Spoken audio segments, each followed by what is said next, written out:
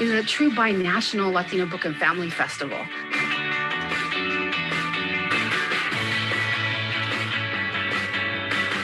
Welcome to our beautiful campus and welcome to this spectacular event. So many things that we can accomplish to enrich our country. And this Latino Book Festival is an example. And a good book gives life to our heart and soul and gives meaning to our guts. Write about inspiring people. Write something good, put myself in the shoes of people that I'm interviewing.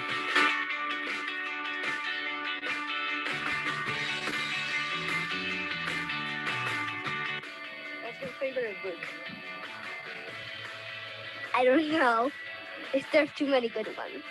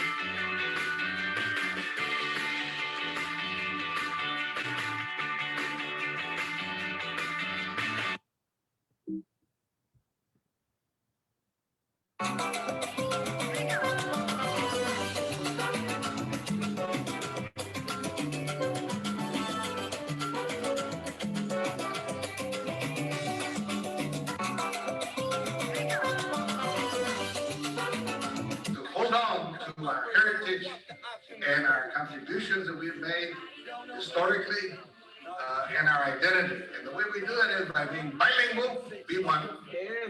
Bicultural, you gotta live your talk and walk your talk. That's right. And biliterate.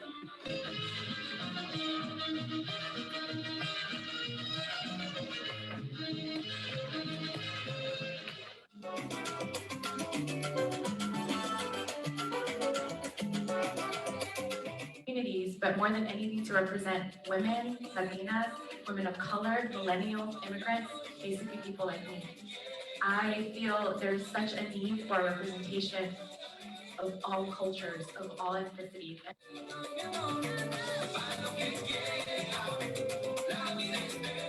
We're writing our own story every day. And if you have, if you know that you can wake up in the morning and have that dream.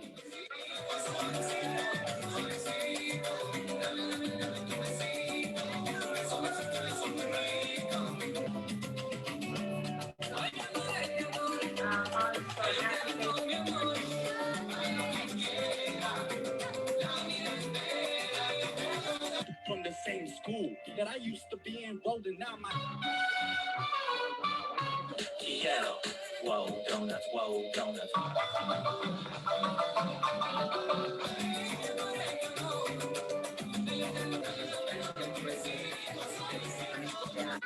No le trates casamiento.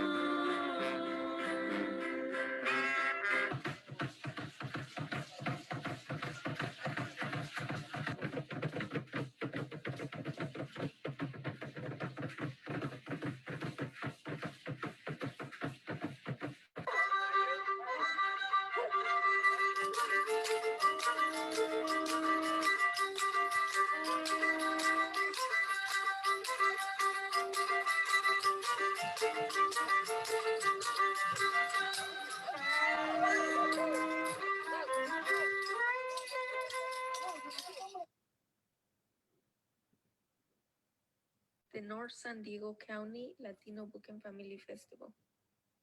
It's true, that's what I do. Oh, damn, the looks of it, you do too. Oh, damn, the looks of it, you do too.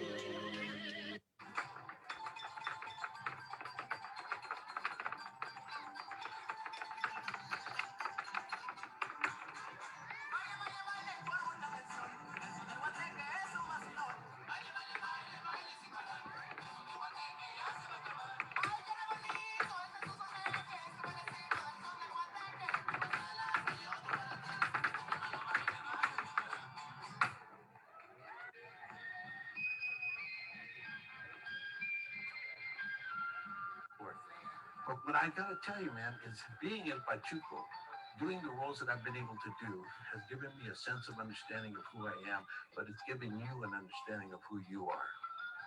And Selena did the same thing. Mi Familia did the same thing. Stand and deliver, blew you out of the water.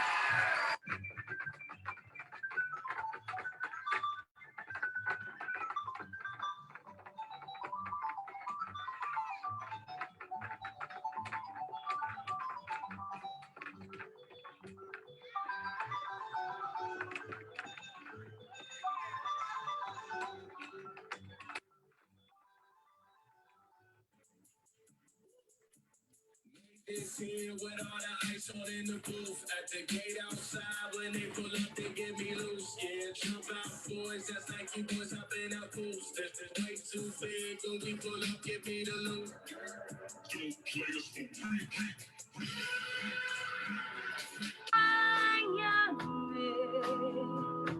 Porque puede suceder.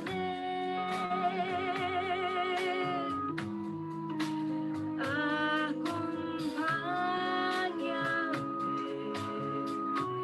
que me llegues a querer.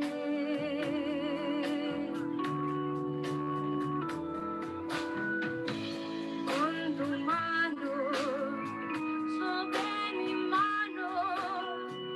Y a tu lado todo el mundo correré. Ven conmigo, cierra los ojos y en silencio, sin palabras, yo mil cosas te diré. Acompáñame, que tu amor es mi canción.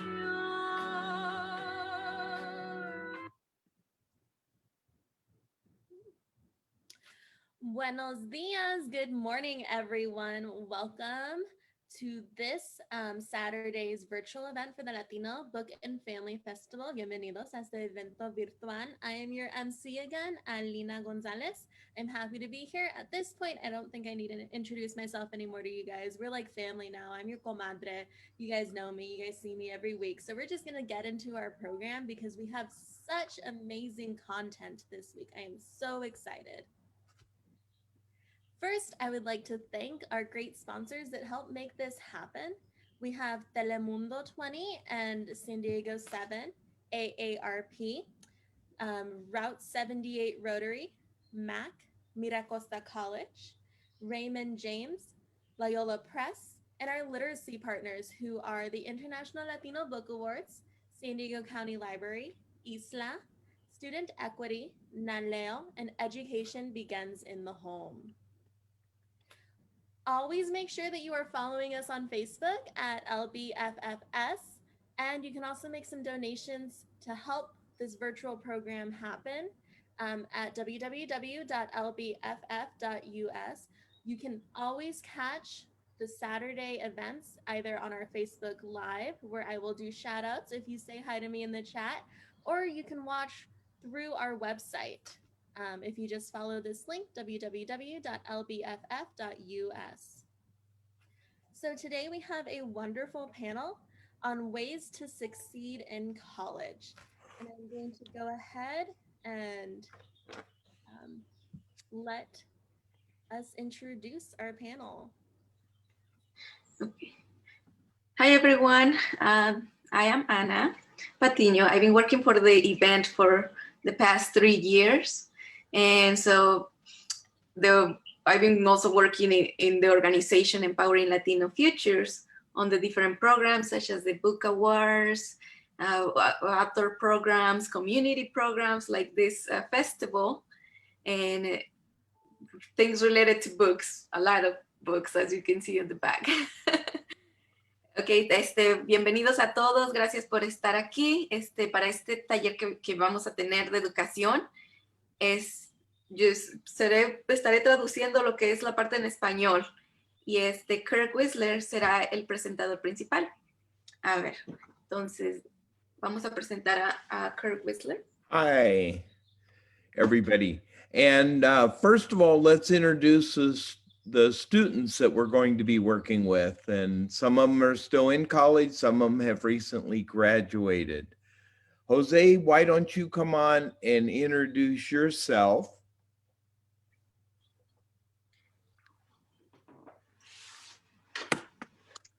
Hi, everyone. My name's Jose. I'm incoming second year at UC San Diego. I'm majoring in political science, emphasis in pre-law with a minor in business. Born and raised Oceanside, California.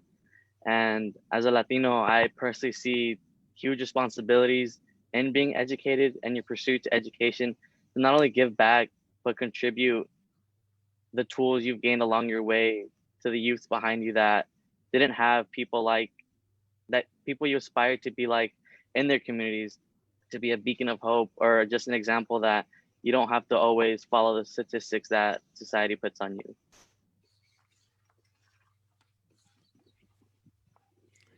Okay, and we have Marissa.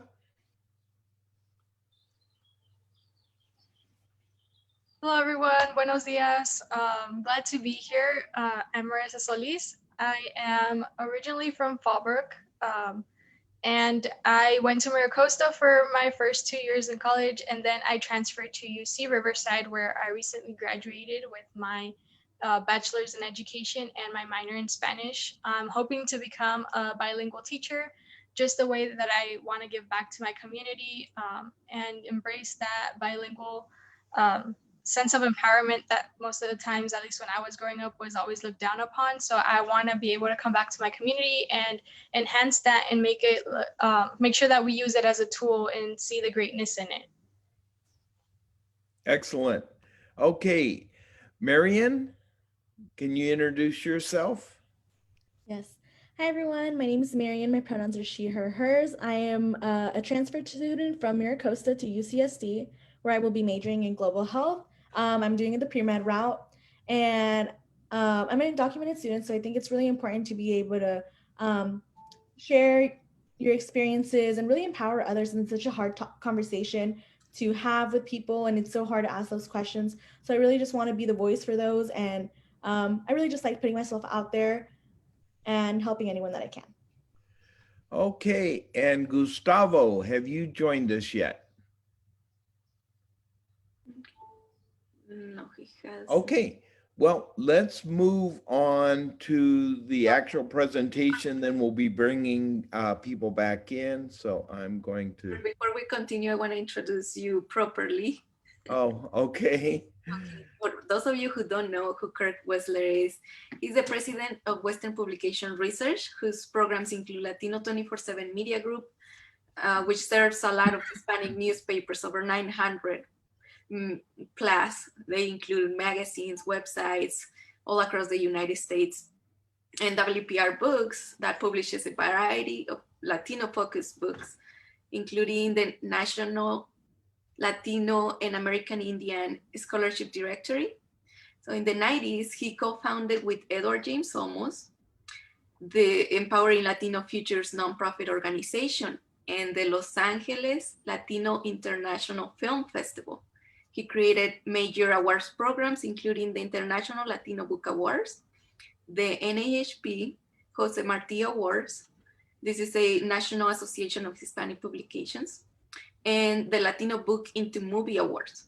Kirk has served on the National Latino Media Council, National Association of Latino Independent Producers, as co-chair, the Commission of the Californians, and the National Hispanic University Boards. He was publisher of Somos, Caminos, Nevada, and Mexico Events magazines. Developed the marketing campaigns for several dozen movies and TV shows, and authored 40 plus books or studies. In 2019, this past year, the AARP honored Kirk's nonprofit work with an AARP Purpose Prize Fellow Award. So congratulations for that, Kirk. And with that, we can get started. Okay, I'm glad thank you very much for the kind words, Anna, and really enjoy working with Anna. Okay, now I'm going to share the screen, and so now we're going to go through the presentation. Everybody can download this PowerPoint, download the key points from this and all the links that are in there. Where can they go to get that? Right now, you can go to the website, and we're gonna put it on the chat on Zoom and on Facebook, so you can download the worksheet related to the presentation for today. Okay, so it'll be on the Book Festival website, the link to that? LBFF.us. Okay, so we're gonna go through some of these rapidly, and I'll be involving the students here in just a second. Okay, let me get going now. All right, first we're gonna go through some college trends. This first one, everybody knows, you earn more by going to college. And this is average earnings for a young adult comparison. So you make considerably more just a few years out of college, and it increases from there. More are going to college.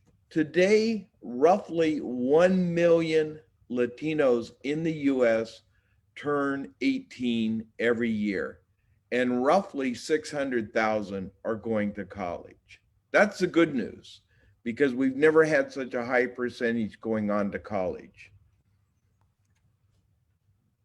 But there are some gaps. One of those gaps is, and this is actually a couple years old.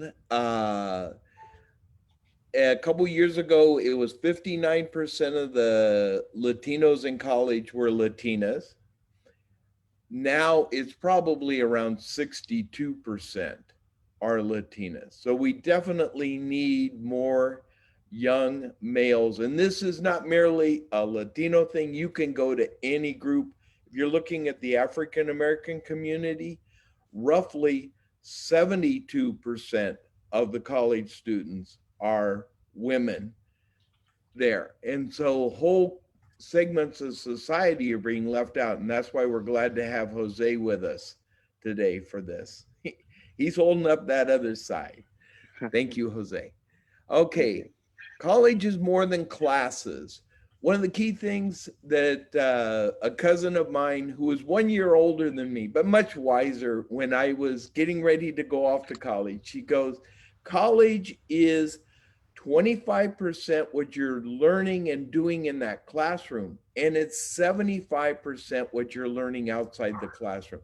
You're learning to live on your own, balance a budget, what make priorities and that, because all of a sudden you have all these things that ideally are on your shoulders, and you've got to make decisions. We all make mistakes, but it's not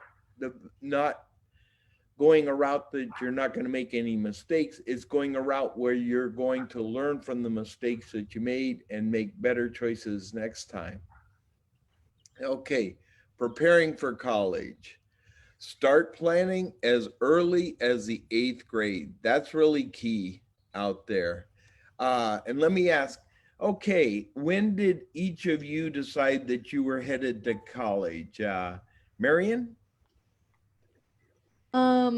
I think elementary education was really implemented from my family. That's great. Okay, Jose? Yeah, I know my parents always implemented in me the importance of education, but I didn't think I realized the fact that it's possible until 7th grade when I joined Avid. And that really stuck with me, that, you know, the words what my parents were telling me when I grew up can be true, and here are the steps to take that. So it was, you know, it was developed like as a young... Avid helped you make that decision. Okay, Exactly, Marissa? yeah.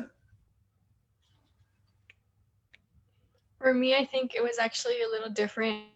It was a little later on. I didn't really get that support even during high school, just because during middle school I was actually in Mexico, so it was a little tough for me. But it wasn't until that summer before I actually started community college, and I ran into a program, the Puente program, that they started really pushing me and showing me how I could actually get into education and how important it was. But for me, it was a little later, but I was still very grateful that I ran into the Puente program, which really encouraged me to pursue my higher education, even if I hadn't thought about it before. And I love the word that you use. They sort of pushed you in, and sometimes being pushed is good for all of us. And that, so don't resist being pushed if it seems like you're being pushed in the right direction. Okay, earn college credits before you go. There's advanced placement classes. You can get the CO by literacy. Who here, did any of you get a CO by literacy? Okay, Marian did. I guess you were the only one. That would have been something that would have helped you, Marissa, with your career plans and that. But I don't think Fallbrook offered it. I don't know if they do today, but I will definitely be asking about that. CO by Literacy is a program that students can go through, and with their high school graduation, they get a CO by Literacy on it if they've gone through certain things, in a sense, establishing that they are truly bilingual and that. And it's something that opens up a number of doors, and literally hundreds of thousands of students here in California are getting that every year now. But not all of the schools have taken advantage of it yet. Not all the school districts, I should say. Okay. Did any of you take classes, college level classes, before you exited high school? Marian is a constant, she's got the bobblehead going there, which is great. You had some good advice then. Okay. Internships. Did anybody here do an internship before they exited high school? Okay. When did each of you decide on the career path that you wanted to take? Marissa? For me, it was actually through the internship that I did my last year in high school. I was part of the ROP childcare courses that my high school offered. So we got to go volunteer at a Head Start, and I really liked the whole interaction with children. I wasn't too convinced about preschoolers, but it definitely made me turn towards education, towards elementary students, which is what I'm trying to pursue now. Excellent. Okay, no, that is. I mean, a little just to translate it, what we have covered so far. Sure. Hola a todos, para los que nos están escuchando en español, quiero darles lo que es la versión breve de lo que se está hablando ahorita. Estamos hablando de 24 maneras para tener éxito en los estudios superiores. A lo que mencionaba Kirk Whisler es que cuando van los estudiantes a la universidad se gana más, porque son más conocimientos que se obtienen. Recientemente los latinos graduados ganan un 62% más que aquellos con solo un diploma de high school.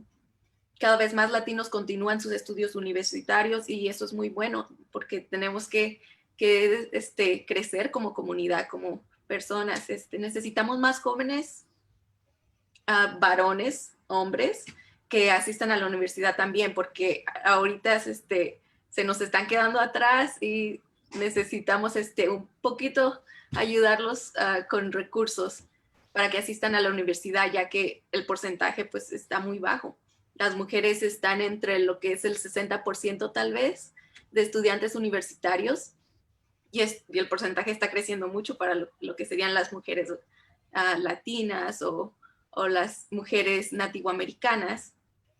Los estudios superiores son más que solo clases. Recuerden, un 75% de beneficios universitarios suceden afuera también del salón de clases. Esto sucede porque muchas cosas que aprendemos en la escuela son técnicas, cosas técnicas, pero cuando uno se envuelve en lo que son internships o hace de trabajo voluntario, entonces agarra más experiencia en diferentes cosas. So, la cuestión es que deben empezar a prepararse para sus estudios universitarios temprano. Si empiezan con lo que son internships o hacerse voluntarios desde que están en high school, les va a ir mucho mejor cuando vayan yendo a la universidad porque ya tendrán un poco más de experiencia. I mean, todavía pueden si ya están en la universidad. Okay. I appreciate that. And Marissa, I love the fact that you did that internship and it helped change your life, right? Because that's really what internships are about. And one of the key things with internships is never be afraid to do them. I've had many interns work for me over the years, and I was publisher of Nevada Magazine for 6 years. And so we constantly had interns from the University of Nevada. Great experience for all of them, except for once, there was this one student that I could tell she was not happy. And so I brought her into my office, sat her down, and I go, "What's wrong?" And she goes, "All my life, I thought I wanted to be a journalist. I'm in my senior year of college, my last semester. This is the first time I've ever worked in the field. And I now realize I don't want to be a journalist. And I don't know what to tell my parents who helped pay for college. I don't know what to, I had no easy answer for her because she should have done internships in high school earlier on in media and that, because then she would have found out and found a different path. And that's what it's all about. Some, like Marissa's, a success.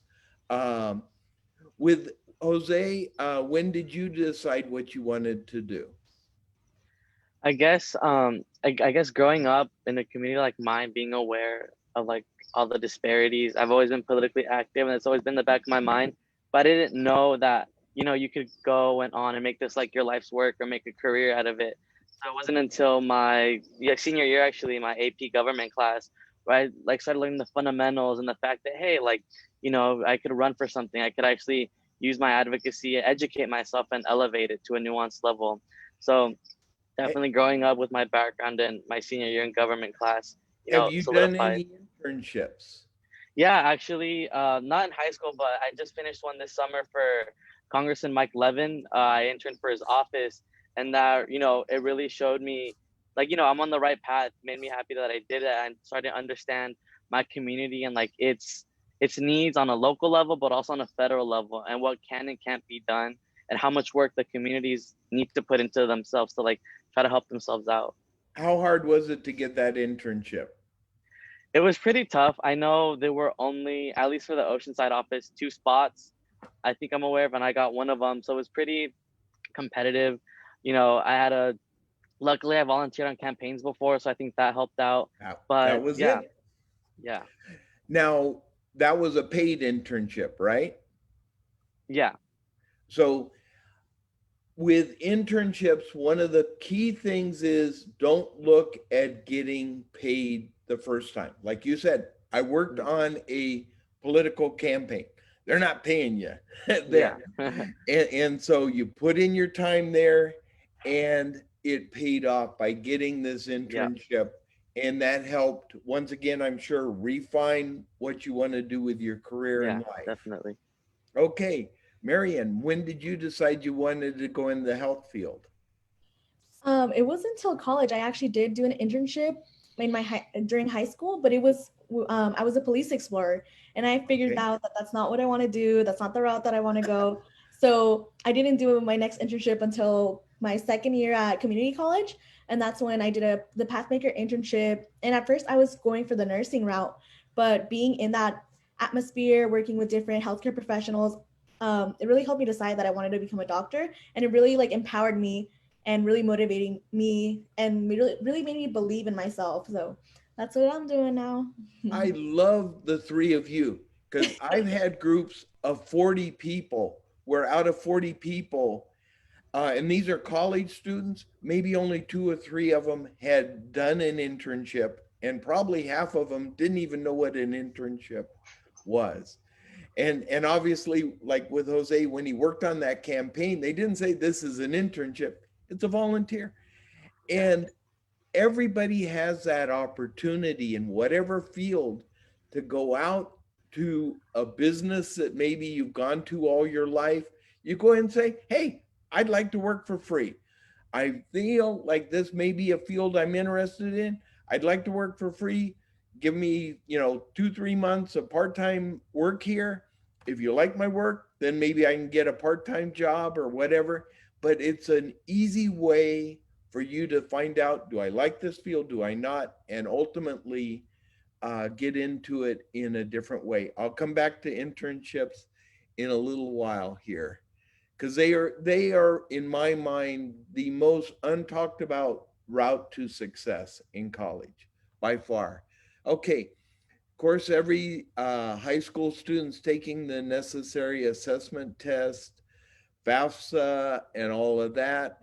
And then with the college essay, if you're a high school student, don't wait until you begin your senior year. Start writing it earlier. Write and rewrite that, because those 1,000 words or so are so key. And you want to have written it 10 times, 50 times, because you're going to use it not only on applications, you're going to use it for scholarships and other things. So work on that template. It's never too late for you older people that might be listening. There are actually even scholarship funds for older students coming back. And especially for parents who maybe never had the chance to go to college, their kids now are that first generation. Once that child is no longer where you're having to put in the same amount of energy, perhaps look at going back and getting a degree from a college like Maricosta, and that, where you can get a degree that'll help you advance whatever you're doing or your interest. Finding the right college. Okay. Visit by your junior year at least 2 colleges. How did each of you find the college that you wanted to go to? I'll start with Jose this time. It was actually tricky. This is like one of the most important decisions or crucial decisions you'll make in your life. I just really wanted to find something. First of all, my family isn't rich or anything, so something that I could pay off, or that my scholarships could pay off, and that would be, done deal. I don't want to focus anything financially, just want to get my academics done. And honestly, something that would really support my major, or at least have a good backup. If I decide one day I don't like what I'm doing, at least I'll have a plan B. So definitely just, the right majors and financial assistance. Excellent. Marissa? Whoops. Yeah. When it came to community college, I wanted to go to Maricosta just because everybody in my high school was going to Palomar, and I just wanted something a little different, a new environment, meet new people. And once I chose the university to transfer to, again, it was thanks to Puente. They were the first ones to actually take me to see university campuses. And it was on one of the field trips that they took us to UC Riverside. And just the minute that I set foot on campus, I just felt so comfortable and so welcome. Like I was just at home. And that's the moment I just knew that that was the school that was meant for me. And it became my dream school. And I was just so happy when I was able to get into it and attend. And it was honestly like a dream come true. Can't argue with you on that. I got my bachelor's there, as did my wife. And that. It's an amazing school. Marian? So I was with Avid in middle school. So in middle school, for our 8th grade field trip, we went to UC Irvine, and with Avid, I went to UCSD. And that was like the 2 colleges that I had visited and seen. And those were actually the only 2 colleges that I applied to. But as soon as I got onto the campus at UCSD, I was like, this is where I'm going. And here I am. I moved into the dorms today. So super excited to be here. You're a longtime student there. Many hours, right? Okay. One of the interesting things, none of you mentioned in choosing a college, your majors and that. And one of the key things that happens sometimes is they choose on the things that each of you were bringing up, but they forget to look at the majors, the field that you're interested in. And that's really key. And in the handout that you're going to download, everybody, there's a website that'll take you to right here. And this is a website that helps find the right college for you. So you start typing in criteria, like all of you, well, no, San Diego's, UC San Diego isn't an Hispanic serving institution quite yet. I know it's getting close. UCR certainly is, and Maricosta is, but quite often that's one of the criterion that a Latino student would look at. Okay, I want to go to where I'm going to feel comfortable along those lines. But also looking at other criterias, whether like in the case of Marissa, who is working on towards becoming a teacher, and that there's only certain colleges that you can go to that'll offer a teaching credential. Granted, here in California, that's a 5th year after the regular 4. In other states, it's only a 4-year process, and that. But be sure and look at that. And I know I got to keep moving. Financing, that's a key hurdle. Several of you have brought it up. And think of finding money as a career, as a job, and that.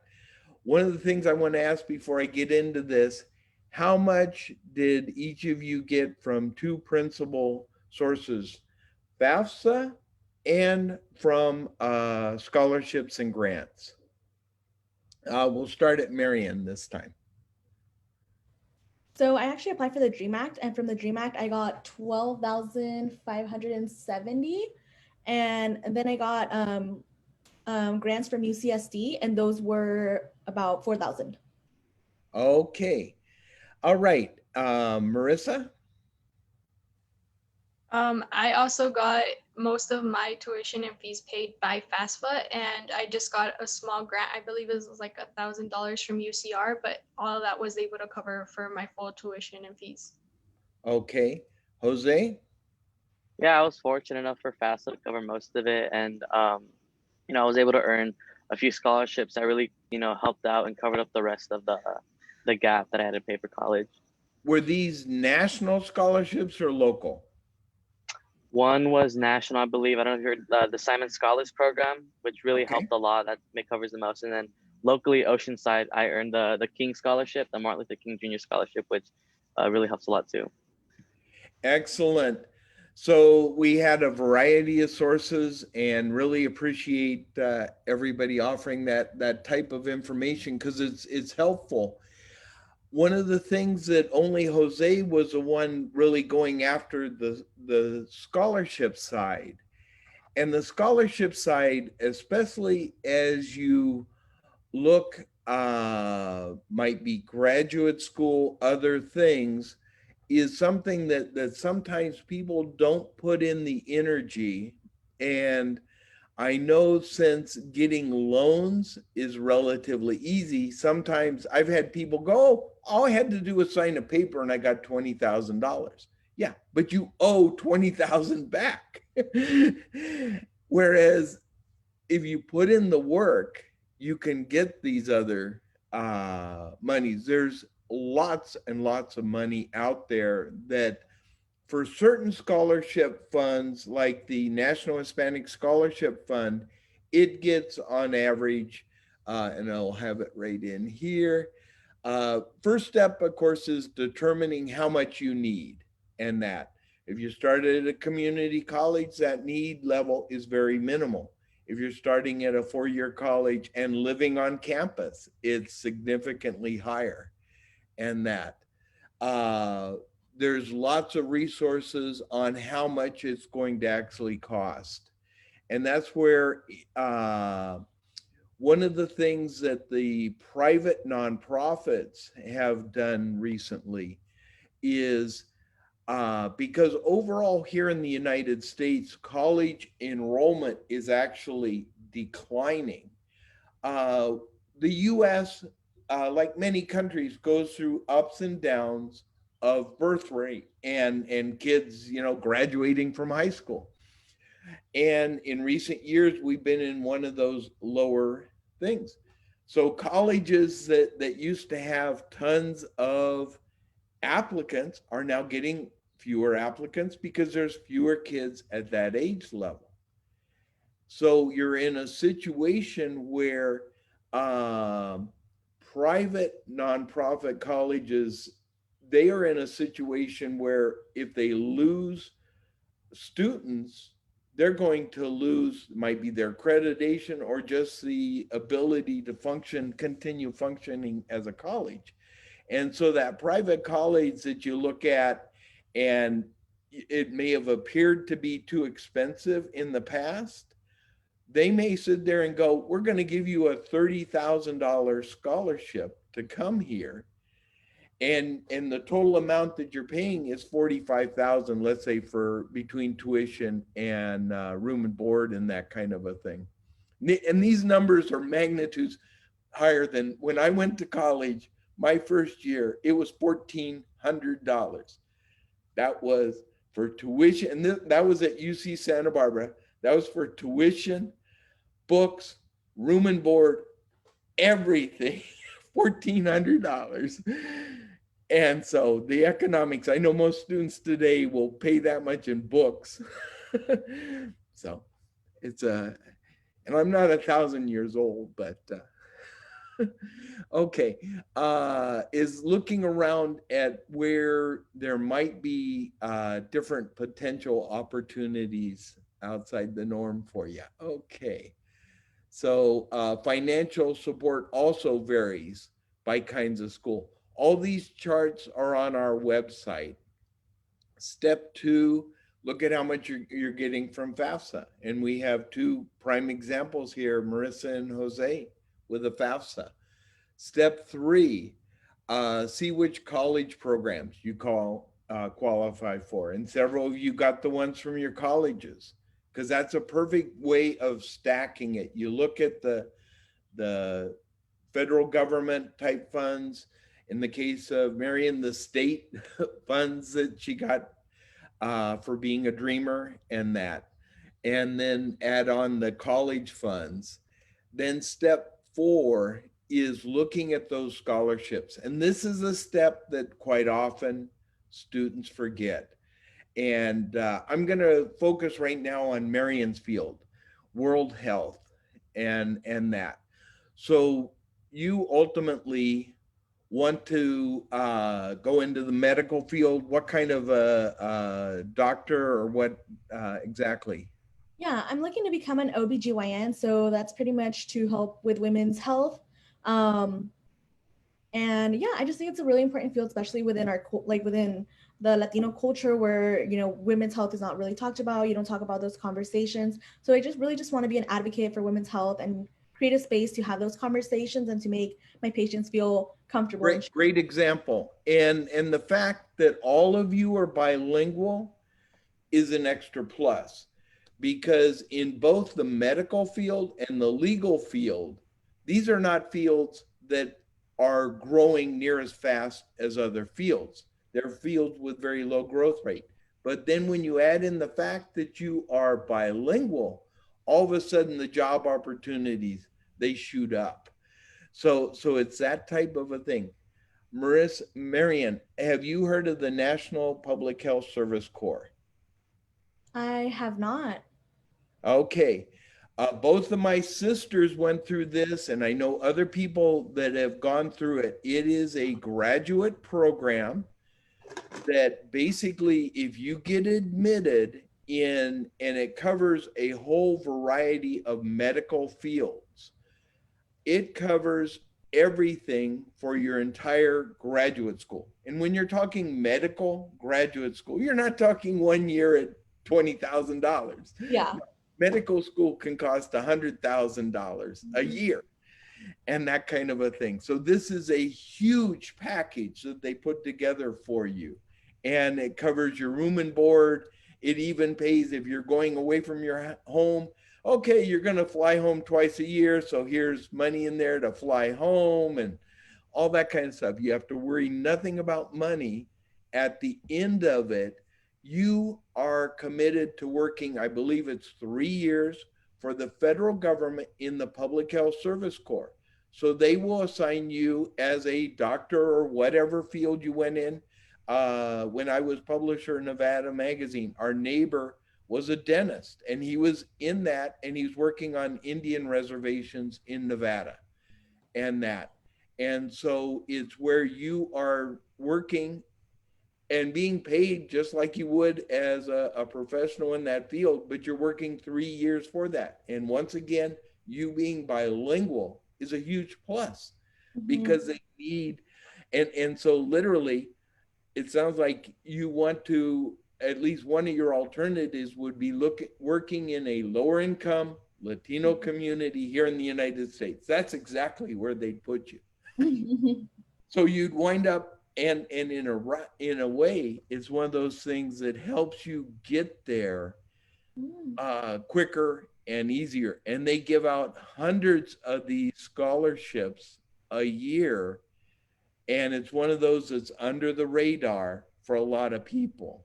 Oh, wow.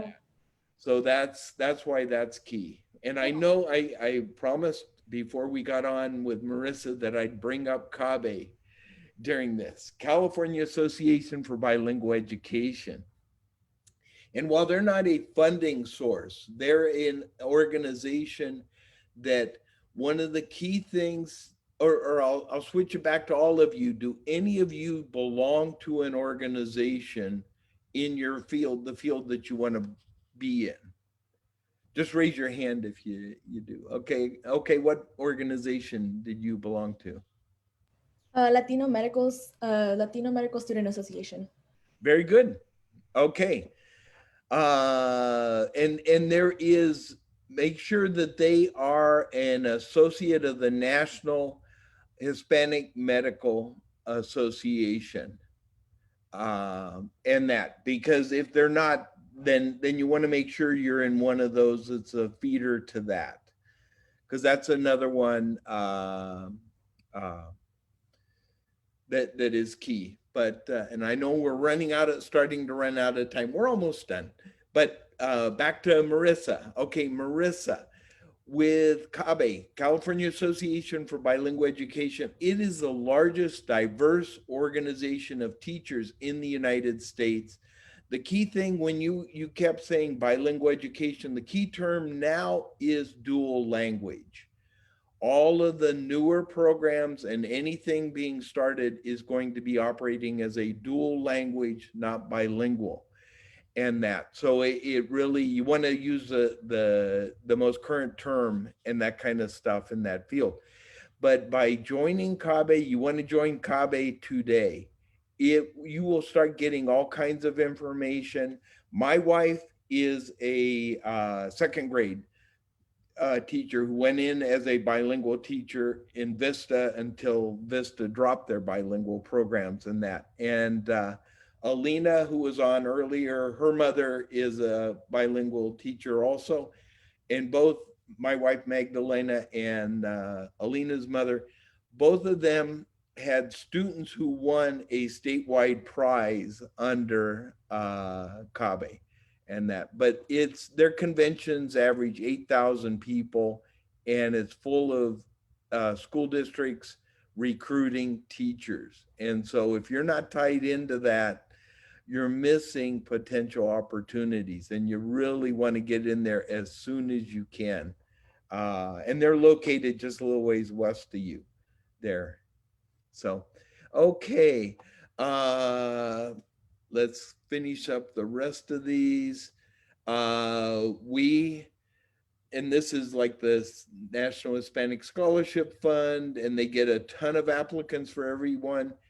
For other scholarships, there are literally thousands of scholarships that do not get enough applicants. I once had a call from an entity out of Houston that they go, we didn't get any applicants this year. We have $200,000 that I've got to award in the next month. And since I work with newspapers all over the United States, I connected them with a couple Latino newspapers in Houston. They ran some articles. And the one thing I do not remember is whether it was 10 students getting 20,000 each or 20 students getting 10,000 each for basically saying, oh, I'll take the money. And literally it's like that. And normally when I'm giving a presentation in front of a group, there will be 1 or 2 students that go, yeah, I heard about this grant program. I went in and I filled in something. It took me about 3 minutes. And then I ask them, when will I learn if I might get something? And they go, oh, you're going to get it. Don't worry. And a lot of them are that simple. Because it's, if you don't ask, it won't happen. And that, so don't put in the work on it, because it'll make your life easier and that kind of stuff. Okay, step 5. If you're able to work, and basically 40% of full-time college students also work part-time. Did any of you work? Just raise your hands because I know we're running out of time. Okay, a couple of you worked. Jose was beyond working, but no. Okay, and then the very, very last resort is taking loans. Like if you graduate and you have 5,000 in loans, that's not a problem. If you graduate and you have 150,000 in loans, it's going to affect your life for a long, long time. You don't want that. Next thing is finding a career you love. And this is really key. And colleges talk about majors, but in your mind, think careers, not majors. Think what you want to do. And that's why I appreciate all 3 of you. You have a career in mind more so than a major in mind. Because and colleges, to be honest, they want people in their department. They're going to tell you whatever they can to keep you in that department. And I've been in publishing and media my adult life. And when I was publisher of Nevada Magazine, the movie All the King's Men all the president, anyway, the one about Watergate had come out. And All the President's Men had come out. Everybody wanted to be a journalist. And I was teaching a class all the semesters up at the University of Nevada. And the dean had all the students in there and he goes, your time to be a journalist has never been better. You're all going to get great jobs when you get out. Came my time to speak. And I get up and I go, I hate to disagree with the dean, but a study came out 2 weeks ago that said for college graduates in the last 2 years, only 12% of the graduates have found a full-time job in journalism. And the dean obviously got very mad at me and he goes, I have to lie to these students because I've got to keep them in my department to keep everything funded.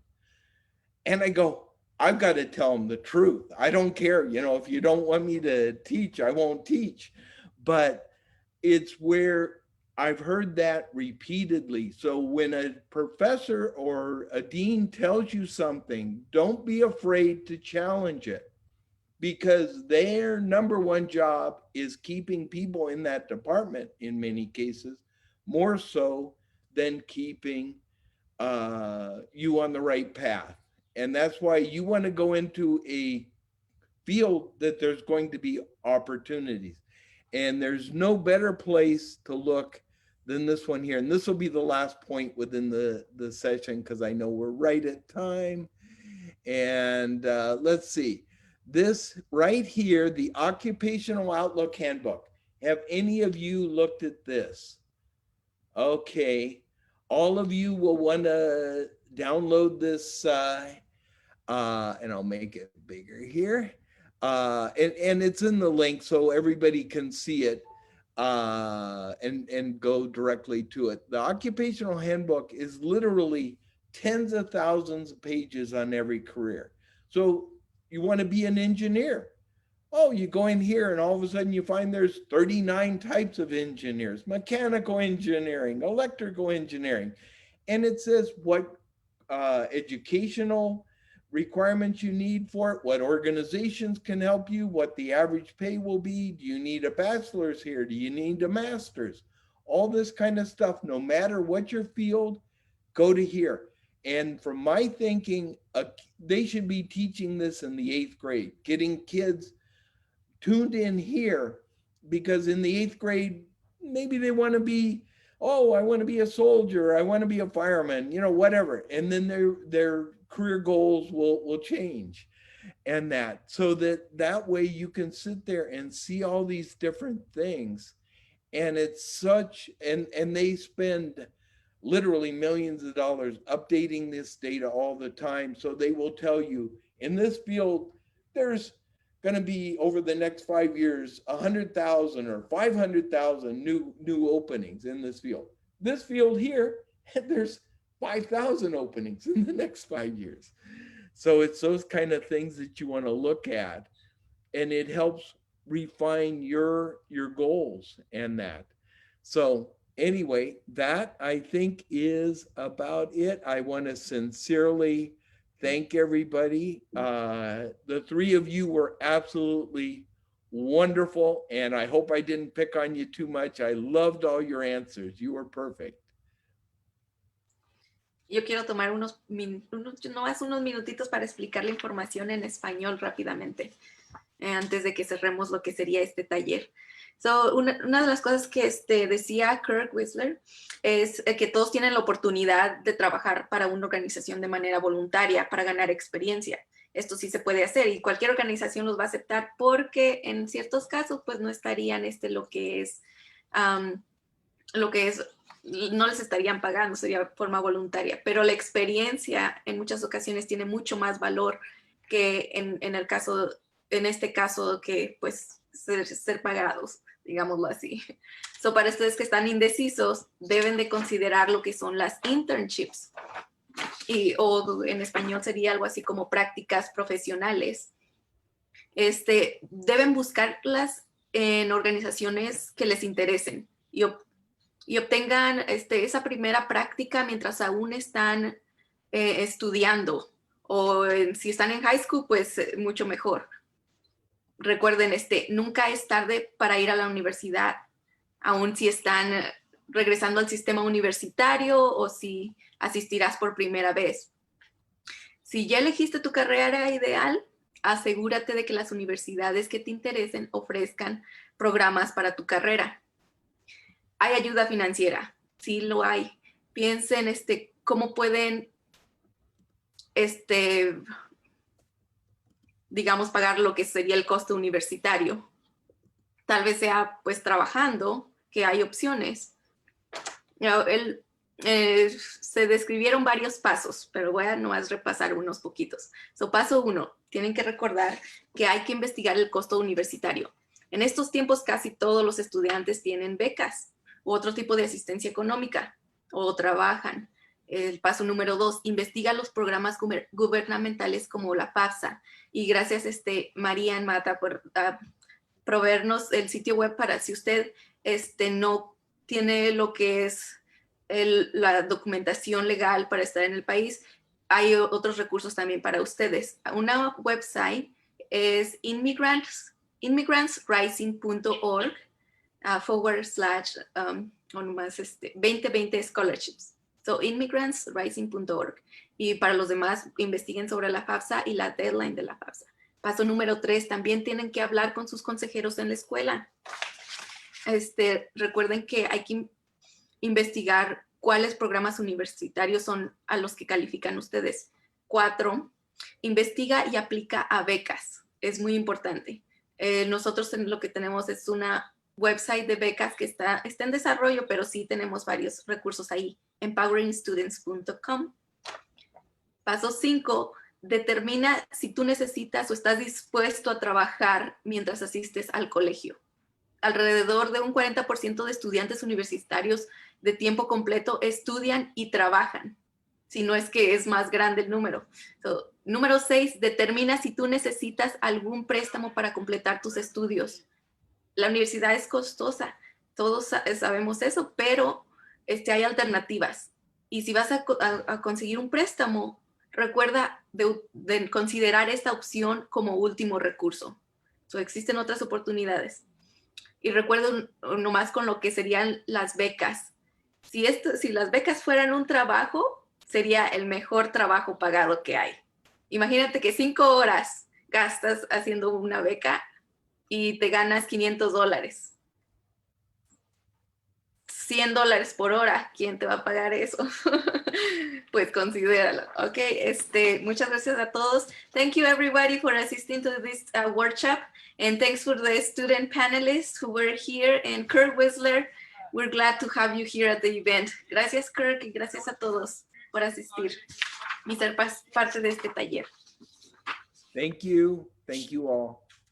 Thank you guys for being a part of this panel. It was so fun to listen to you guys. I actually want to transition a bit with the advice that Mr. Whisler gave us, because this next guest is very special to me. He's a great family friend and someone that I honestly look up to.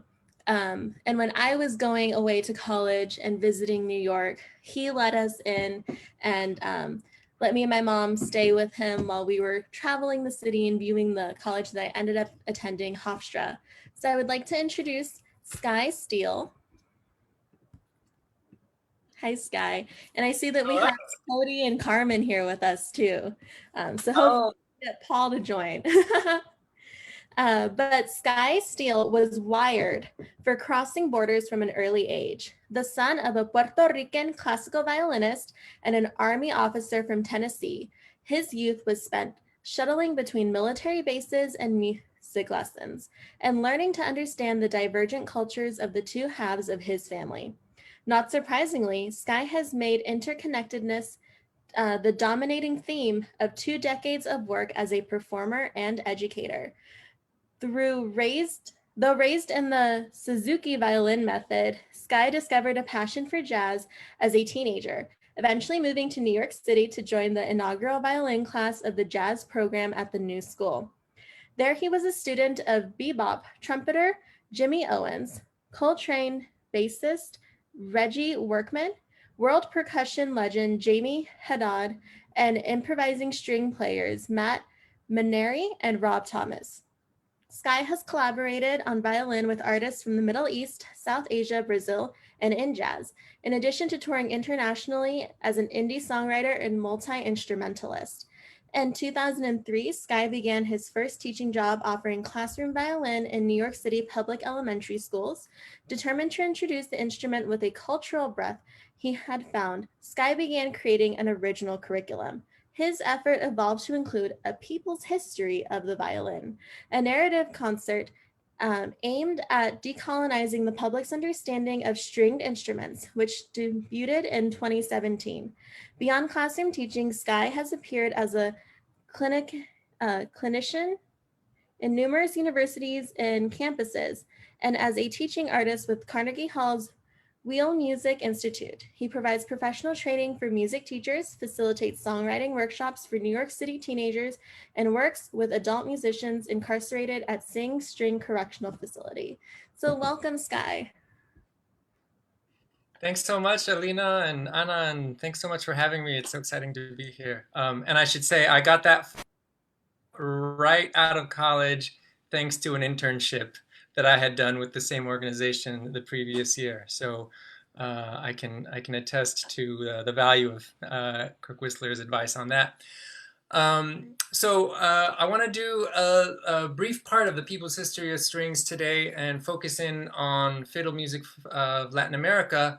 And I'm going to do my best to present this bilingually. And por favor, discúlpame que mi español no es muy fluido, pero yo voy a hacer el esfuerzo. A ver, let's start with a piece from Brazil. And vamos a comenzar con música de Brasil y charlar más después.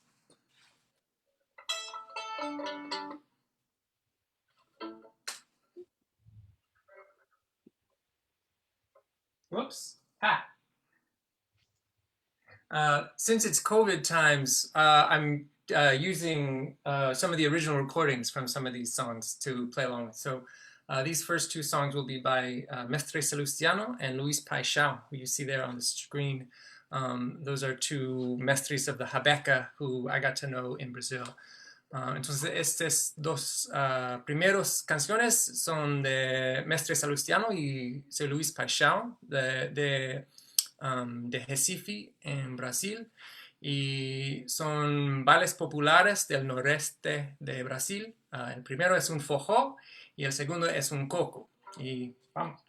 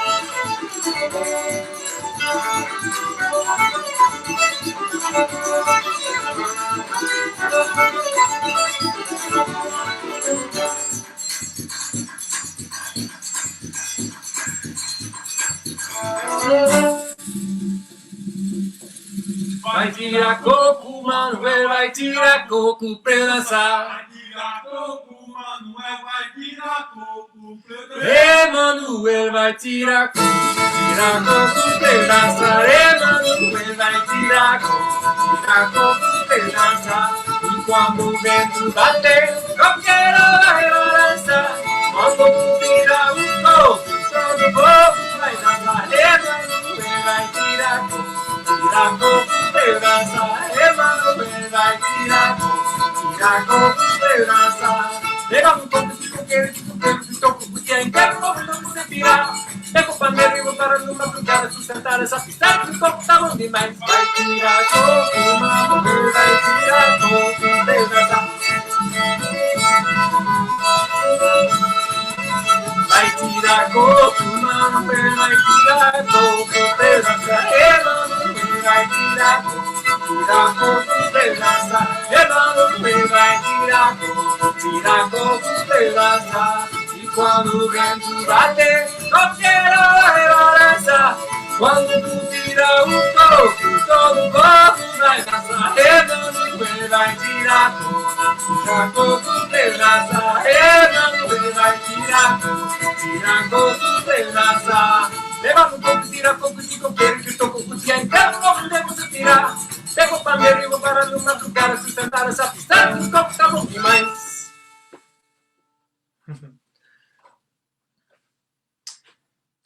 All right. Thank you. So let's talk about the violin and its history and its story. Pues vamos a hacer un poquito recap de la historia del violín. Hay un gran mito del violín que inventó por los italianos de Cremona en el siglo XVI. Y como todos mitos, esta es una historia que no es verdad de hecho, pero que funciona para enseñarnos algo sobre nuestro mundo, ¿sabe? Y en este caso, la lección de este mito contiene la supremacía blanca y el egocentrismo. Y la historia del verdadero es la historia de la tecnología del arco. Aquí.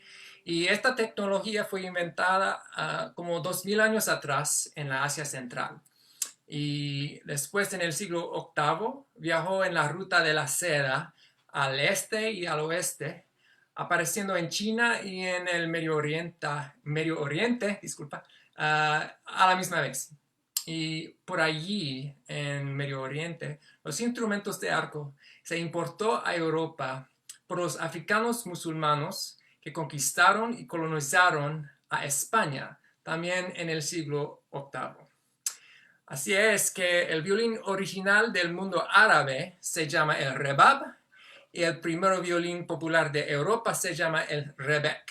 Y este instrumento se propagó de España hasta el resto de Europa como 400 años antes de que los artesanos de Cremona desarrolló este modelo de violín. Y fue el rebec que era muy popular con los portugueses en el siglo XVI y que ellos llevaron a Brasil y que se adoptaron los brasileños a hacer este instrumento que se llama a jabeca en Brasil, en portugués. Y así que empezamos con este instrumento. I guess I should say it in English now.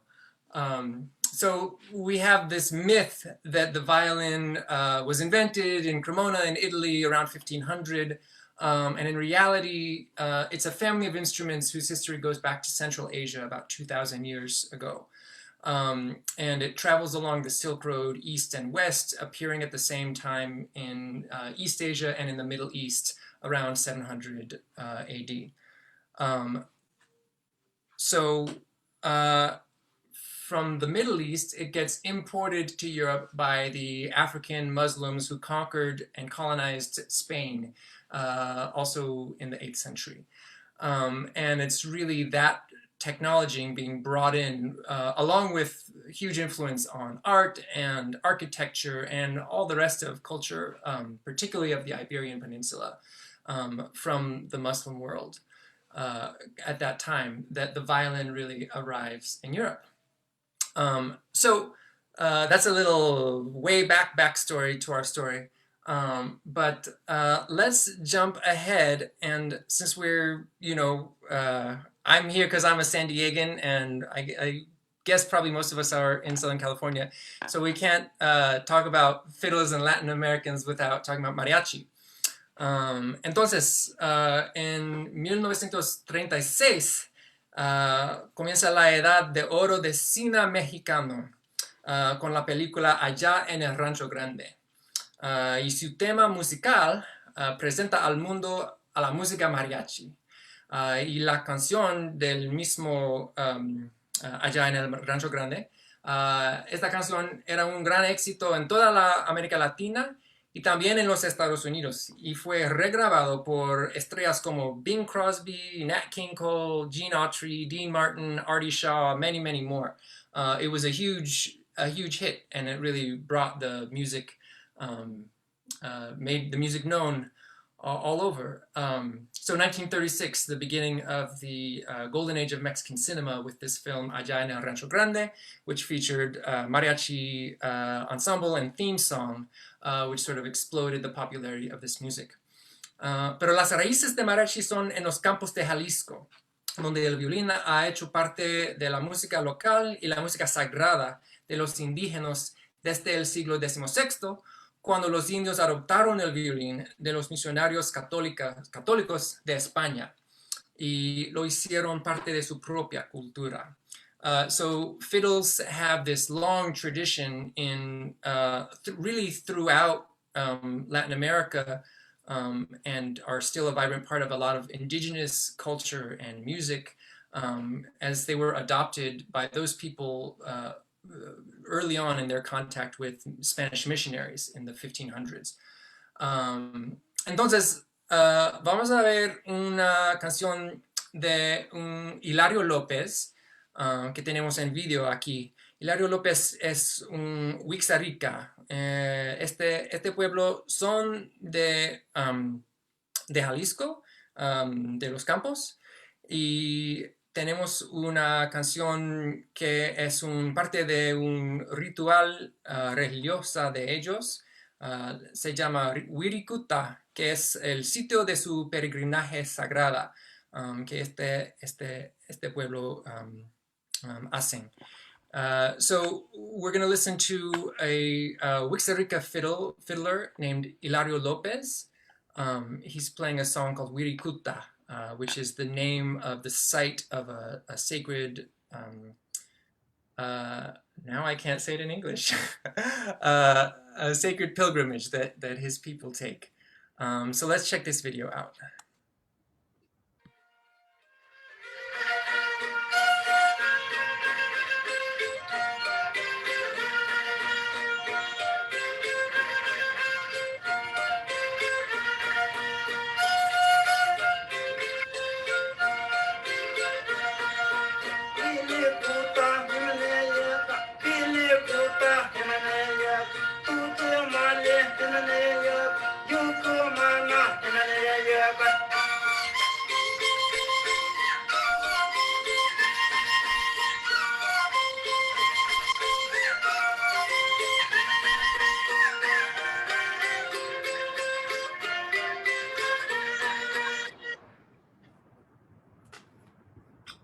Okay, I love that tune.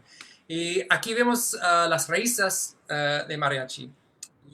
Pero tenemos que recordar que mariachi todavía está evolucionando y tiene un lugar distinto en la cultura chicana de los Estados Unidos y también todavía en el México también.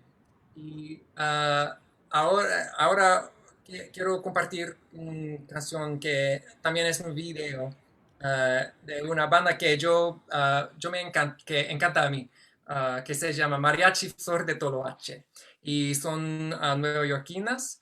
Y esta mariachi es exclusivamente mujeres. Y este tiene, es significativo porque en el pasado las mujeres fueron exclusionadas de mariachi y en nuestra época conocemos que estas cosas no valen.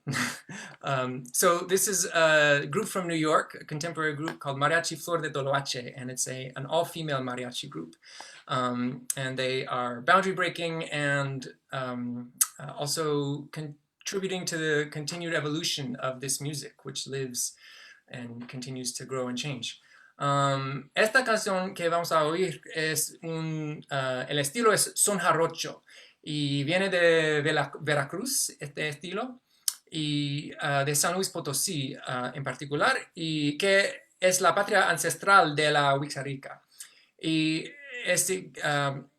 también quiero decir que el son jarocho es un estilo de música que muestra fuertemente las raíces africanos, también con las raíces indígenas en esta música. Y entonces, let's hear this song.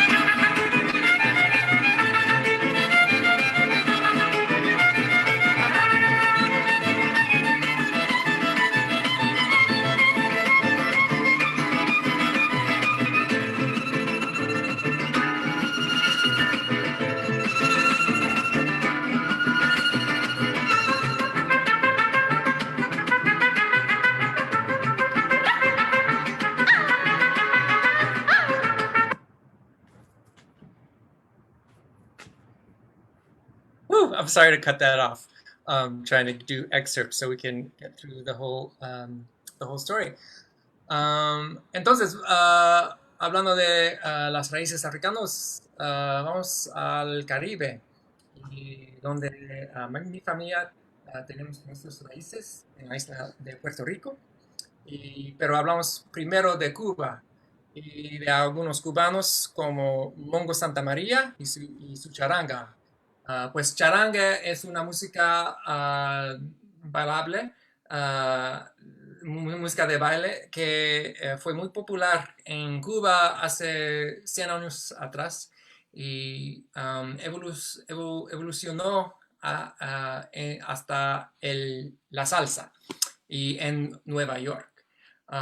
Entonces, tenemos una canción de Johnny Pacheco, que él era uno de los primeros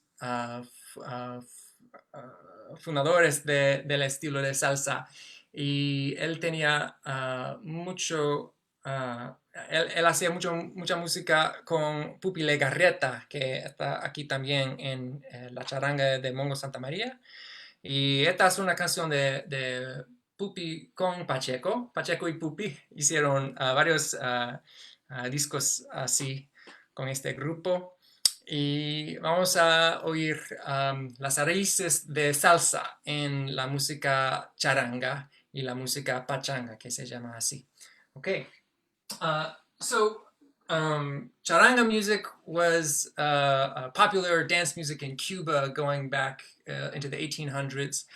It spread to Puerto Rico, Dominican Republic, and to New York City. And Mongo Santa Maria, along with Tito Puente, Tito Rodriguez, and then after the revolution in Cuba, a whole wave of other musicians really brought this music to prominence in New York City, and from there back and throughout Latin America. And it's music that is very rooted in the African rhythms and the African roots that are a strong part of Latin culture, really throughout Latin America, and especially in the Caribbean. Let's hear this song. It's called Pacheco y Masucci, and it's sort of Pupi Legarreta's tribute to Johnny Pacheco and the other founder of Fania Records, Masucci. And we'll hear in this, the fiddle is really a big part of the rhythm section accompanying the singer, just like it was in the Brazilian pieces we heard. So here we go.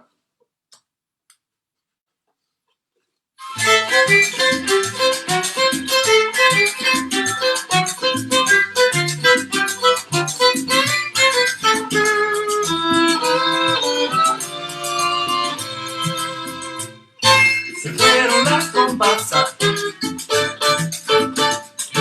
qué triste me quedé, deja llegar la salsa, el alma me volvió, mi vida se alegró, se acabaron tantas veces, pero yo pude alumbrar y quiero felicitar a Pacheco y Masucci. En el ritmo nuevo lo sabemos, ellos lo supieron conquistar, unieron la rumba entre los buenos y pusieron salsa en el timbal. No confunden más ni critiquemos, vamos a aplaudir y conservar a Pacheco y Masucci. Pacheco y Masucci, ¿dónde están? En la rumba. Pacheco y Masucci, ¿dónde están? En la salsa. Pacheco y Masucci. Pacheco y Masucci. Pacheco my son too. My Jackie, my son too.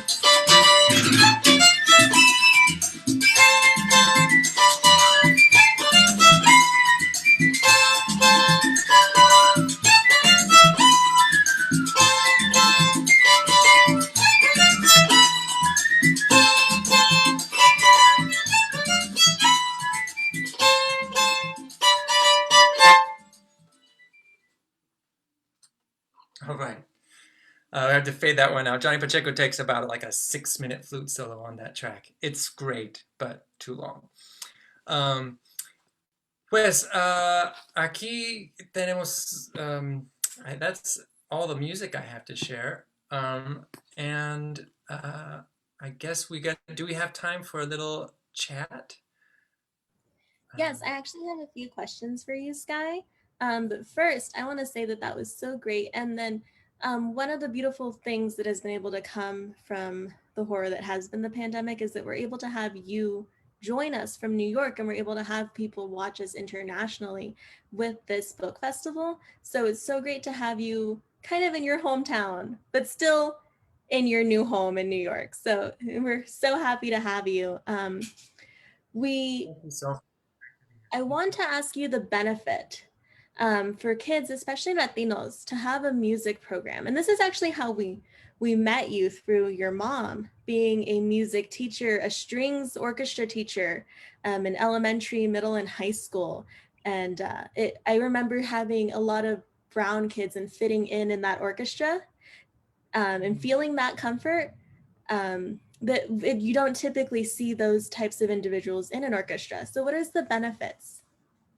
Yeah, and to your point,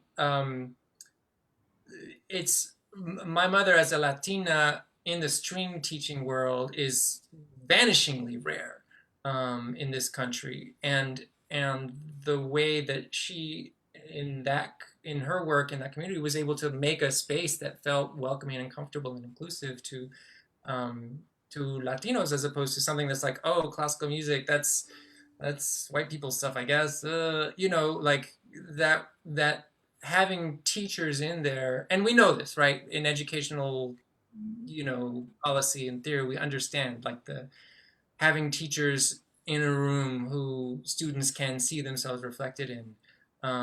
It's a huge benefit to everyone. So I don't know, props to my mom for doing that work and for making that orchestra such a cool space. And beyond that, I think for me, music is at the center of my life. So to say like, what are the benefits of music? Is like, what are the benefits of oxygen? It's great. I love oxygen. Breathe it every day. But I think in the school setting, it can also play a really important function of creating a sense of belonging and anchoring young people into their experience in school. And I think one of the challenges that music educators face is, especially in the string world, is how can we form a relevant experience in which our students can see themselves in encountering even these instruments. So part of what I'm trying to do with this program, with this story, is to really just surface that history and say, this is not something that belongs to the Italians and the Germans. It also belongs to them, but it belongs to us too as Latinos, and really people all over the world. Yes, and I love this curriculum that you've developed of a people's history with strings. I think it should be implemented in all areas. It's important, kind of like I'm a big proponent for ethnic studies, and this is kind of like having ethnic studies within the music world. And as a Rotarian with Route 78, we have funded mariachi programs in schools, and we've seen that growth in the community, but it's still very small in North County. I think we're only in 2 schools, and you think about all the schools in North County where we're only able to help 2 schools get that. So as a teacher, how do you think we can advocate? Because it seems like we have money for band, a traditional band with like saxophones and the drums, but how do we kind of advocate for more of the strings programs for our students? Yeah, I think it's a, it's a funny question, and part of the way strings get pigeonholed based on a certain set of perceptions, which we want to push against. But also like band and orchestra programs being sort of the default mode of instrumental music in schools, it has more to do with the institutional need of the school, than actually addressing the needs of students. Where like if I'm running a school district and you bring to me a class where I can put 70, 80, 150 kids in the room with one teacher, that's amazing. That's a great use of my resources, right? So having a big old marching band is like a really fantastic cost saving for me. And same with orchestra. So there's another level we have to get people to try and think on, like, how does this really serve our community and serve our students? And it sounds like the advocacy you guys are doing is spot on. And, these things take time because, now I'm sort of in, I guess, I'm turning 40 this year. It's like, oh, okay, I've been in my profession for a couple of decades. And I'm starting to have a certain amount of control within, okay, the schools I teach in and my organization. But there are people above me who are 20 years older and people above them that are a little older. And so to really change our institutions, we have to, we start with our own, whatever we can grab a hold of and whatever we can do, our own individual classrooms, and make them as wonderful as we can. And then as we go, we find ways to expand that and to spread the word and to, spread our way of doing things, hopefully. Awesome. And I want to take the notion of changing institutions and kind of tap into another area that I know you're very passionate about. You are a big advocate for voting, and we are in an election year. What can you tell our audience that are watching with us about voting for this year? Oh, just do it. Just do it. And talk to everyone you know about doing it. I wrote down this statistic. I think Kirk mentioned that 1 million Latinos turn 18 every year in the United States. I just think that, the people in power in this country have a vested interest in fewer of us participating. And that's especially young people and especially Latinos and people of color and African Americans. It's just true. The people in power would like things to stay the way they are because it's working for them. They're in power, right? So anything that you hear that says, oh, don't participate, oh, it doesn't matter, it doesn't really make a difference, that is advocacy for the status quo and advocacy for whatever systems of oppression are currently operating, and there are many. That's advocacy for those to continue. So your vote is your voice.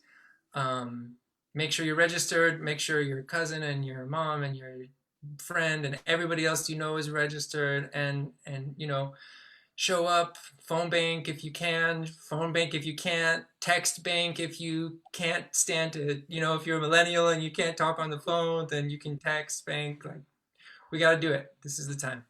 Awesome. Well, thank you so much, Sky. It was a pleasure and an honor to have you with us. And hopefully, do you want to give a shout out? I know Cody, Carmen, and your parents are watching. So it'll just be text later. Yeah, thank you so much for having me. I was so thrilled to be invited, and this was such a great program. And Marian, Jose, and Marissa were so inspiring, and Mr. Whisler too. So just really glad to be here. And hey, family, thanks for tuning in. Awesome. Thank you so much, Sky. Bye.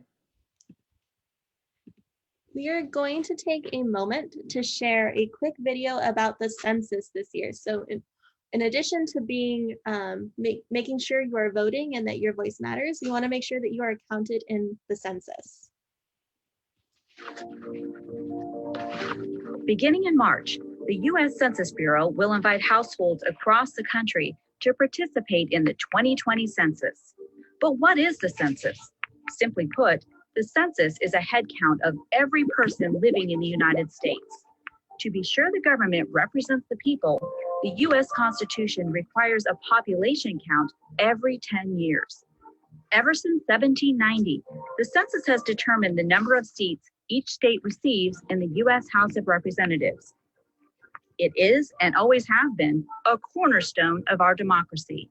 We still use it to determine representation, but leaders also use the data to make decisions.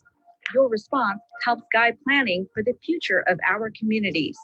The 2020 census will help inform decisions on how billions of dollars are allocated annually for critical public services like roads, schools, hospitals and healthcare clinics, fire and emergency response services, and hundreds of other programs.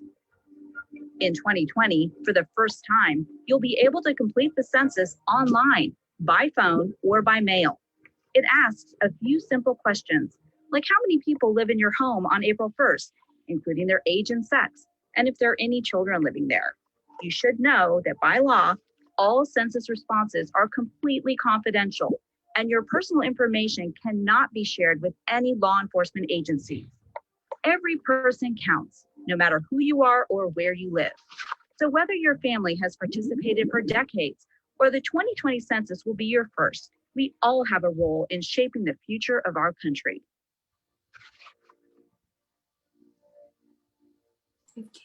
Y todos recuerden que el censo ayudará a financiar escuelas, programas de atención infantil, proyectos de mantenimiento de carreteras, programas de asistencia social y para la tercera edad, ayuda a aumentar oportunidades de empleo y para las empresas. Recuerden, todos contamos para el censo y ya nomás nos quedan días. Septiembre 30 es el último día, llenen el censo ahora y la información es confidencial. Recuerden, es muy importante porque de eso depende los fondos que recibirá la ciudad. Si la mitad de las personas que viven en una ciudad se registran para el censo, eso significa que solamente la mitad de fondos para la mitad de las personas son las que manda el gobierno a la ciudad.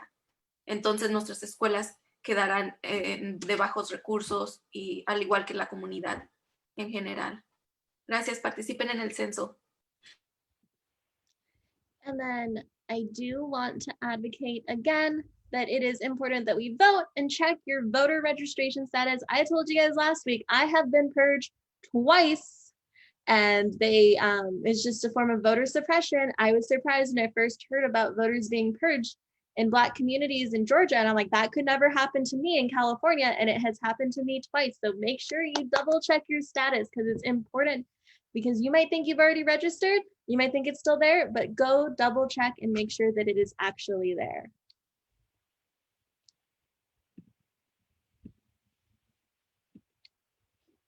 At this moment, we would like to picture a book, Al borde de la decencia, por Neri Santos Gómez. Los personajes de un día deciden traspasar los límites de la decencia y consiguen, de un modo u otro, escapar de la prisión en la que los metió la vida. Deja que tus deseos te despierten, te muevan, te conmuevan y revolucionen. Neri Santos es escritora venezolana, licenciada en Relaciones Industriales y másters en Creación Literaria, autora galardonada de varios concursos internacionales de literatura.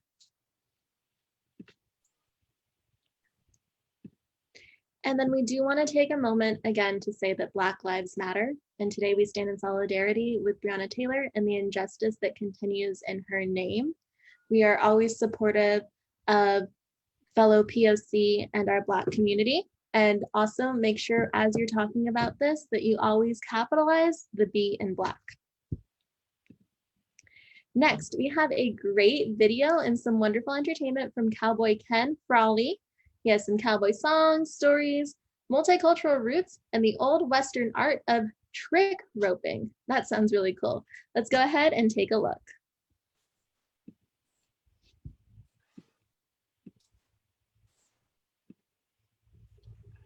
Howdy, everybody. Cowboy Ken here. Thanks for joining me today, and let's have some great cowboy and cowgirl fun. Welcome along, boys, and listen to my tale. Tell you of my troubles on the old trail. Come and come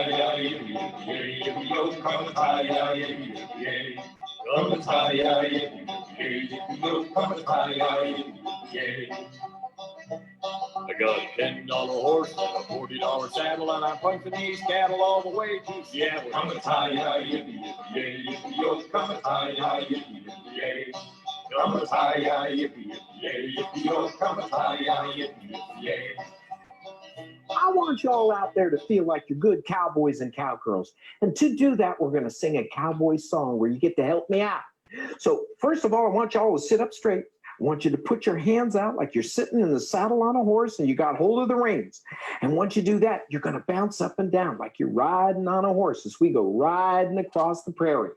Next, I want you to all spin your ropes in the air like you got your rope spinning round and round. Let me see you doing it. Yeah, that looks very good. Spin your ropes, all you good cowboys and cowgirls out there. Now, next, in this song that we're going to do, we're going to have longhorn cows. And longhorn cows are just like regular cows, but they have big long horns. So I want you to make your thumb and your little finger, bring them out here like this, like you big long horns. And what do cows say? Moo. So when we get to that, you're going to make your longhorns and you're going to moo. That was good. That was really good. The next animal we're going to meet out here on the prairie today is going to be a wolf. And wolves used to live all over North America. Now, wolves look like dogs, so you have to have a snout, okay? And on that snout, and then once you get your snout there, you're going to howl at the moon. Let me hear you howling. Let me hear it. Yeah, that's very, very good. Okay. Now, cowboys, they also like to cheer. To do a good cowboy cheer, you're going to put your fist right here by your side. On the count of 3, I want you to throw it up in the air, and I want you to go, yeah! All right? So let's try it. 1, 2, 3. Yeah! Very good. All right. So now, at the end of a hard day's work, cowboys, they like to go to sleep. So I want y'all to make a pillow, lay your head down, and I want you to be good cowboys and cowgirls sleeping around an old campfire where you all get to snore. Let me hear you snoring. Very good. I can hear that snoring all the way over here. All right. So here's this song. It's called Cowboys Like to Ride. So remember all your parts. Remember, ride on your horse. Throw your rope in the air, Texas Longhorn, wolf, cowboy cheer, go to sleep, okay? So here we go. All right, everybody, get up on your horses. Let's get ready to ride. Cowboys like to ride up on their horse. Cowboys like to ride up on their horse. Cowboys like to ride. Cowboys like to ride up on their horse. Oh, yeah. All right, next we're going to spin our ropes in the air. Get ready. Here we go. Cowboys like to spin their ropes up in the air. Cowboys like to spin their ropes up in the air. Cowboys like to spin their ropes. Cowboys like to spin their ropes up in the air. Oh, yeah. All right, we're going to be those big Texas Longhorns. Get them ready. Here we go. Longhorns like to move. Longhorns like to move. Longhorns like to move. Out on the plains. Oh, yeah. All right, let's get ready for a good cowboy cheer. Ready? Cowboys like to cheer. Yeehaw! Cowboys like to cheer. Yeehaw! Cowboys like to cheer. Yeehaw! Out on the plains. Oh, yeah. All right, let's be those wolves. Remember, get our hands up here. Here we go. Wolves, they like to howl. Wolves, they like to howl. Wolves, they like to howl. Out on the plains. Oh, yeah. All right, let's all go to sleep. Remember to snore. Here we go. Cowboys like to go to sleep. Cowboys like to go to sleep. Cowboys like to go to sleep. Late at night. Oh, yeah. All right, everybody, up on your horses. Here we go. Cowboys like to ride up on their horse. Cowboys like to ride upon their horse. Cowboys like to ride. Cowboys like to ride upon their horse. Oh, yeah. All right, let's go really, really fast. Let's gallop. Are you ready? Get ready. Hang on. Cowboys like to gallop upon their horse. Cowboys like to gallop upon their horse. Cowboys like to gallop. Cowboys like to gallop upon their horse. Oh, yeah. Everybody ride really fast, really fast. Come on, let me see you. All right. Whoa, back, everybody. Yeah. Oh, that was great. Now, I know all you cowboys and cowgirls out there, I know you know lots of animal sounds. For example, if I said, what sound does a dog make? Yep, you'd all bark. I could hear it. And if I said a cat, meow. If I said an elephant, yep. If I said a lion, whoa, that was very, very good. Now, in North America, we have lots of animals that live on the Great Plains. And these animals all make sounds. So for this next song, we are going to sing a song with animal sounds featuring animals from across North America. Now, the first animal we're going to sing about is called a prairie dog. And as you can see, the prairie dog looks like a little squirrel, almost like a guinea pig, almost, because it doesn't have too much of a tail. And they sit up by their burrows. They live in huge communities. So in the song, I want you all to be prairie dogs. So I want you to hold up your paws like this, sit up real straight, and here's the sound of a prairie dog. They go like this.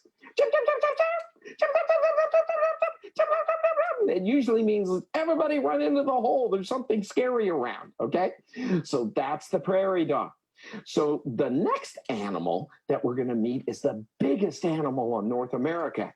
And as you can see, it's a buffalo, or as we know it now, a bison, okay? And they can get very big. They live in huge herds. It used to be millions across North America. Now you can see wild ones in national parks in the West, and if you get a chance, it's great.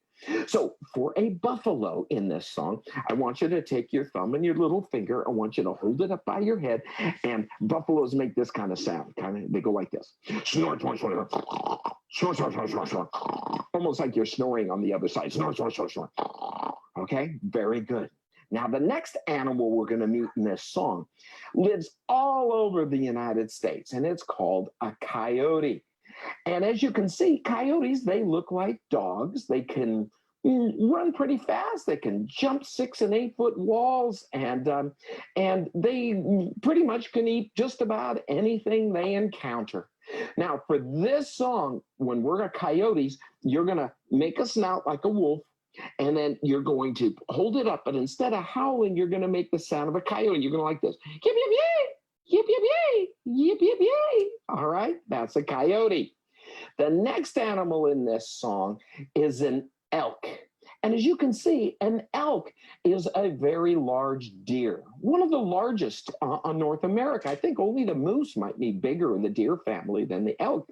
And elks have great big horns, and they make some funny sounds. So for this song, you're going to make your elk horns out here. And by the way, those horns grow and fall off every year. They grow them and drop them every year, okay? So you're going to make your great big horns. And elks often make a real high-pitched squeak, but I've heard them do this before, and it's really, really funny. This is the sound I like most. It goes like this. And you're going to think it's funny, too. It goes like this. I know. Ready? Try it. All right, that's our elk. The next animal on the Great Plains, if you're traveling out there, you may see them all over. It's called a pronghorn. And a pronghorn, as you can see, kind of looks like a deer, but it's not. It's called a pronghorn. It's the fastest land animal, 60 plus miles an hour on North America. Now, for the pronghorn, I'm going to need you to, again, just like the buffalo, you're going to hold your thumb and your little finger out, okay, your thumb and little finger out, and you're going to put them up by your head like this. And pronghorns make kind of a sound, a high-pitched sound that sounds like this. Yeah, very good. Now, the next animal we're going to meet, as you can see, is a rattlesnake. And rattlesnakes live all over North America. They do have a rattle at the end of the tail. And that rattle's made out of the same materials our fingernails are. Now, for the song, you're going to hold up your finger like the tail on a rattlesnake, and you're going to go rattle, rattle, rattle, rattle. Now, if you ever really hear the sound of a rattlesnake, you need to stop, look and see where that rattlesnake is, and go the opposite way as fast as you can, because they're mostly just saying, stay away, rattle, rattle, rattle, okay? So here we go with a song as we're going riding out on the prairie that'll have all those animal sounds in it, okay? Ready? Here we go. All right, everybody, let's go on a ride. As I was riding out on the prairie, a prairie dog I did see. As I was riding out on the prairie, that prairie dog said this to me. Chippa, chippa, chippa, chip, chip, chip, chippa, chippa, chippa, chip, chip. Out on the prairie one day. As I was riding out on the prairie, a bison I did see. As I was riding out on the prairie, that bison said this to me. Snort, snort, snort, snort, snort, snort, snort, snort. Out on the prairie one day. As I was riding out on the prairie, a coyote I did see. As I was riding out on the prairie, that coyote said this to me. Yip, yip, yip, yay! Yip, yip, yip, yay! Out on the prairie one day. Here we go, everybody. As I was riding out on the prairie, an elk I did see. As I was riding out on the prairie, that elk, it said this to me.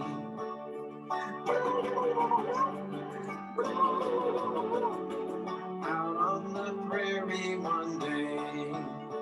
As I was riding out on the prairie, a pronghorn I did see. As I was riding out on the prairie, that pronghorn, it said this to me.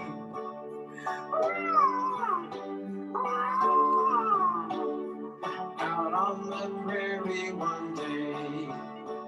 As I was riding out on the prairie, a rattlesnake I did see. As I was riding out on the prairie, that rattlesnake said this to me.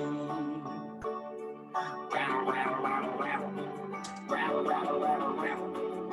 Out on the prairie one day. As I was riding out on the prairie, animals I did see.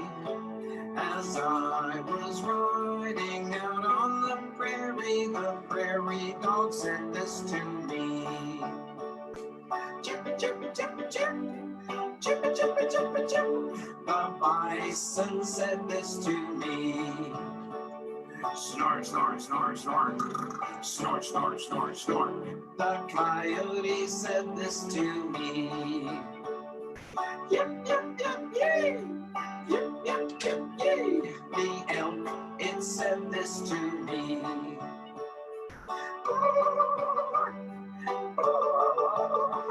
The pronghorn said this to me.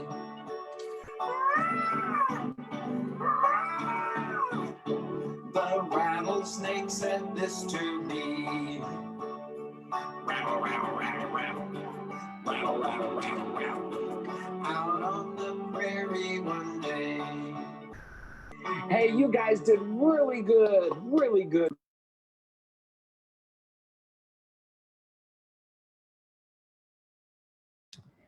I would like to take this moment to let you guys see what we're going to have coming up next week. We are going to have the famous Lauren Coe with Loco Kitchen, talking about her pies, her identity. It's going to be a great event. I totally recommend you guys to tell your friends, tell your mamás, your papás, your abuelitos, your compadres about it to come watch Lauren Coe. She is also from North County like Sky, so it's great to have her back with us. We will also have Craig Newton, sorry about that, who plays instruments from around the world. So don't forget to tune in next Saturday, October 3rd at 11 a.m. We want to take one last opportunity to thank our sponsors for this event, Telemundo 20, San Diego 7, AARP, MAC, and Route 78 Rotary. It was a pleasure to have you guys this week, and I can't wait to see you guys next week. Have a wonderful week. Bye.